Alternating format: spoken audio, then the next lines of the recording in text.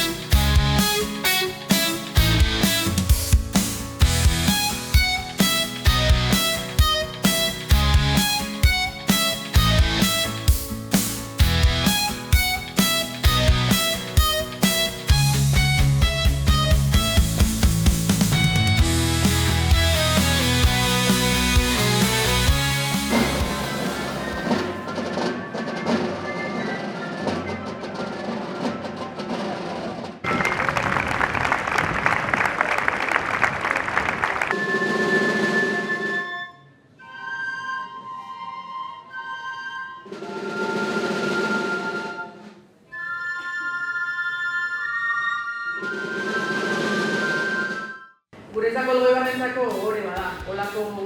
nazioarte mailako kirol ekitaldi bat edukitzea,